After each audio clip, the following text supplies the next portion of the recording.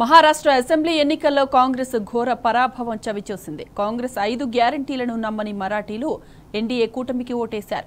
కాంగ్రెస్ హామీలన్నీ అబద్దాలని మహారాష్ట్ర ప్రజలు ఇండియా కూటమిని పట్టించుకోలేదు. రాహుల్ రెడ్ బుక్ పట్టుకుని ప్రచారం చేసినా బేఖతరు చేయలేదు. రాహుల్ సీఎం రేవంత్ ప్రచార హామీలను విశ్వసించలేదు. రేవంత్ ప్రచారం చేసిన అసెంబ్లీ స్థానాల్లో కాంగ్రెస్ అభ్యర్థుల వెనుకంజలో ఉన్నారు. సీఎం రేవంత్ ప్రచారం చేసిన చంద్రాపూర్, బోకార్, నాయిగావ్లలో బీజేపీ ముందంజలో ఉంది. Nanded north, Solapur city north, Solapur సౌత్లో బీజేపీ అభ్యర్థులు గెలుపు దిశలో పయనిస్తున్నారు.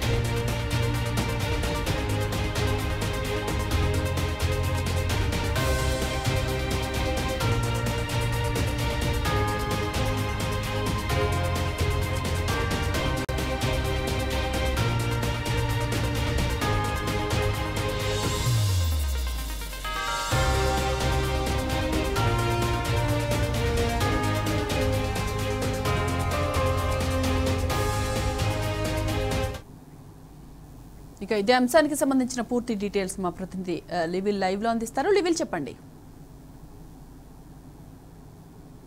ఉదయం 8 గంటలకు కౌంటింగ్ ప్రక్రియ ప్రారంభమైన కొద్దిసేపటికే ట్రెండ్స్ అన్నీ కూడా ఇటు మహారాష్ట్రలో బీజేపీ ఎన్డీఏ కూటమి కావచ్చు, అటు జార్ఖండ్లో జేఎంఎం సంబంధించి ఇండియా కూటమికి సంబంధించి పెద్ద ఎత్తున వారికి ఆధిక్యం కనబరుస్తూ వస్తున్నాయి.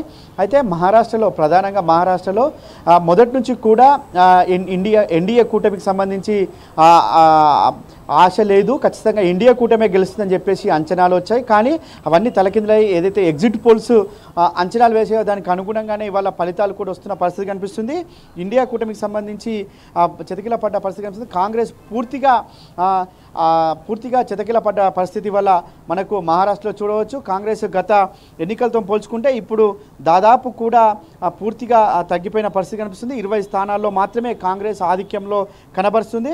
2019 ఎలక్షన్లో ఇదే కాంగ్రెస్ పార్టీ 44 స్థానాల్లో ఆధిక్యంలో ఏదైతే విజయం సాధించినప్పటికీ వాళ్ళ కేవలం 20 స్థానాలకు మాత్రమే కాంగ్రెస్ మహారాష్ట్రలో పరిమితమైన పరిస్థితి కనిపిస్తుంది. అయితే దీనికి ప్రధాన కారణం అక్కడ ఉన్న ఓటర్లు కావచ్చు, రాజకీయ విశ్లేషకులు ఒకటే చెప్తున్నారు.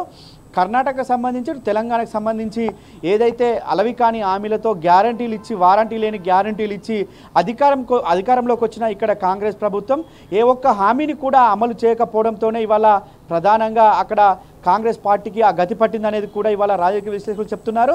ఏదైతే గత హర్యానా ఎలక్షన్లో సైతం ఇదే విధంగా ఫలితాలు వచ్చినాయి. హర్యానాలో దాదాపు 90% కాంగ్రెస్ ప్రభుత్వమే ఏర్పాటు చేస్తున్నారు, కాంగ్రెస్ ప్రభుత్వమే అక్కడ హస్తగతం చేస్తుందని చెప్పారు. కానీ అక్కడ ఫలితాలు మాత్రం భిన్నంగా వచ్చాయి.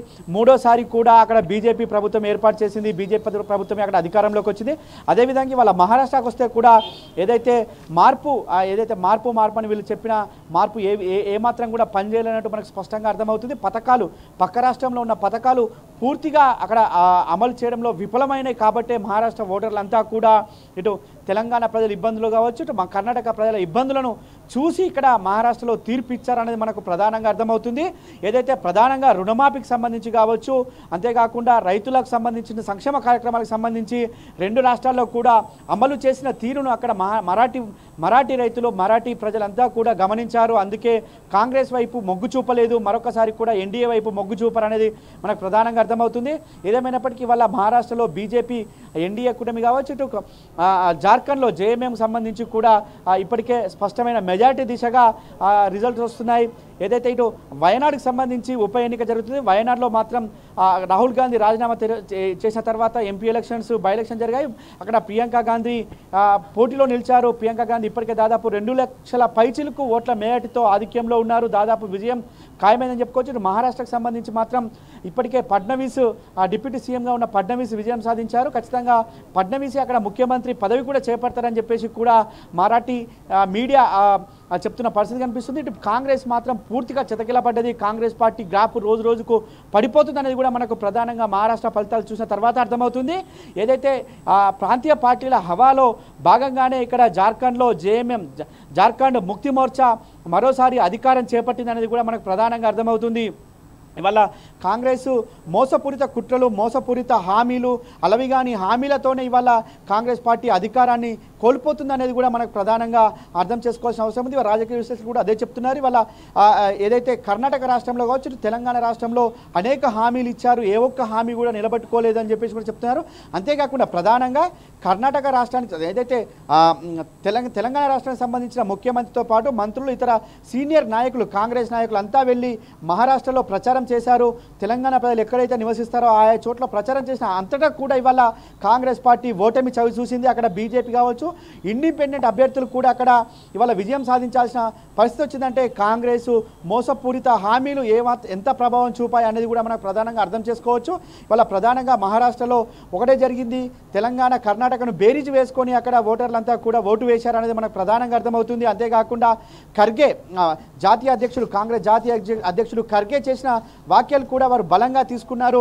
ఇవాళ ఏదైతే హామీలు ఇవ్వడమే కాదు, హామీలు అమలు చేయాలంటే అభివృద్ధి కుంటుపడుతుంది, హామీలను పునరాలోచించాలి, గ్యారంటీలను పునరాలోచించి అమలు చేయాలని చెప్పిన మాటలు కూడా ఇవాళ మరోసారి ప్రధానంగా అర్థమవుతున్నాయి. దానికి అనుకూలంగానే ఇవాళ ఎన్డీఏ కూటమి వైపు మొగ్గు చూపారు ఓటర్లు అనేది కూడా మన ప్రధానంగా అర్థమవుతుంది. ఎన్డీఏ కూటమిలో భాగమైన ఆ షిండే వర్గం, శివసేన షిండే వర్గం, ఇటు శరద్ ఏదైతే ఎన్సీపీ అజిత్ పవార్ వర్గానికి సంబంధించి కూడా ప్రధానంగా బలమైన సెగ్మెంట్లలో వారు పోటీ చేశారు. వారు దాదాపు సీట్లు కూడా కైవసం చేసుకున్నారు. కాంగ్రెస్ మాత్రం పూర్తిగా చితకిల్లపడ్డ పరిస్థితి కనిపిస్తుంది. ఇవాళ కాంగ్రెస్ నేతలు ప్రచారం చేసిన ప్రతి చోట కూడా, తెలంగాణ రాష్ట్రానికి చెందిన కాంగ్రెస్ నేతలు చేసిన ప్రతి చోట, ప్రచారం చేసిన ప్రతి చోట కూడా ఓటమి చెవి చూశారని ప్రధానంగా అర్థమవుతుంది. రానున్న రోజుల్లో ఖచ్చితంగా ఈ కాంగ్రెస్ ఏదైతే హిమాచల్, కర్ణాటక, తెలంగాణ 3 రాష్ట్రాల్లో అమలు కాని హామీలు ఇచ్చి అందలమెక్కిన కాంగ్రెస్ పార్టీకి ఇది ఒక చెంపపెట్టు లాంటి తీర్పుని మనం ప్రధానంగా చెప్పుకోవచ్చు. ఇప్పటికే రాజకీయ విషయాలు కూడా అదే చెప్తున్నారు. ఇటు హర్యానా ప్రజలు ఏ విధంగా అయితే తీర్పునిచ్చారో ఇవాళ మహారాష్ట్ర ప్రజలు కూడా అదే విధంగా తీర్పునిచ్చిన పరిస్థితి అయితే ఖచ్చితంగా ఇది కాంగ్రెస్ పార్టీకి ఒక పరాజయంగా చూడవచ్చు. కాంగ్రెస్ పార్టీ మోసపూరిత వైఖరి హామీలను ఇవాళ ప్రధానంగా బేరీజు వేసుకొని ఓటర్లంతా కూడా తమ ఓటు హక్కు వినియోగించుకున్న ఫలితాలే ఇవాళ మనకు పునరావృతమవుతున్న తీరు మనకు కళ్ళకు కట్టినట్టు కనిపిస్తున్న తీరు కూడా మనం ప్రధానంగా అర్థం చేసుకోవచ్చు. వాళ్ళ మహారాష్ట్రలో పూర్తిగా కాంగ్రెస్ పార్టీ ఇచ్చిన 3 రాష్ట్రాల్లో ఉన్న అధికారంలో ఉన్న ఇచ్చిన హామీలు అమలు చేయకపోవడం వల్లనే వాళ్ళ మహారాష్ట్రలో ఓటమి అనేది మనకు ప్రధానంగా రాజకీయ పార్టీలకు సంబంధించిన నేతలు కావచ్చు, రాజకీయ విశ్లేషకులు చెప్తున్న పరిస్థితి కనిపిస్తుంది. ఏదేమైనప్పటికీ వాళ్ళ కాంగ్రెస్ పార్టీకి ఒక చెంపపెట్టు లాంటి తీర్పని మనం ప్రధానంగా చెప్పుకోవచ్చు. అంతేకాకుండా రానున్న రోజుల్లో ప్రాంతీయ పార్టీల హవాని మరోసారి జార్ఖండ్కు సంబంధించిన జేఎంఎం పార్టీ మరోసారి నిరూపించిన పరిస్థితి మనకు ప్రధానంగా అర్థమవుతుంది. Sai Madhavi. Right level, thanks for the updates.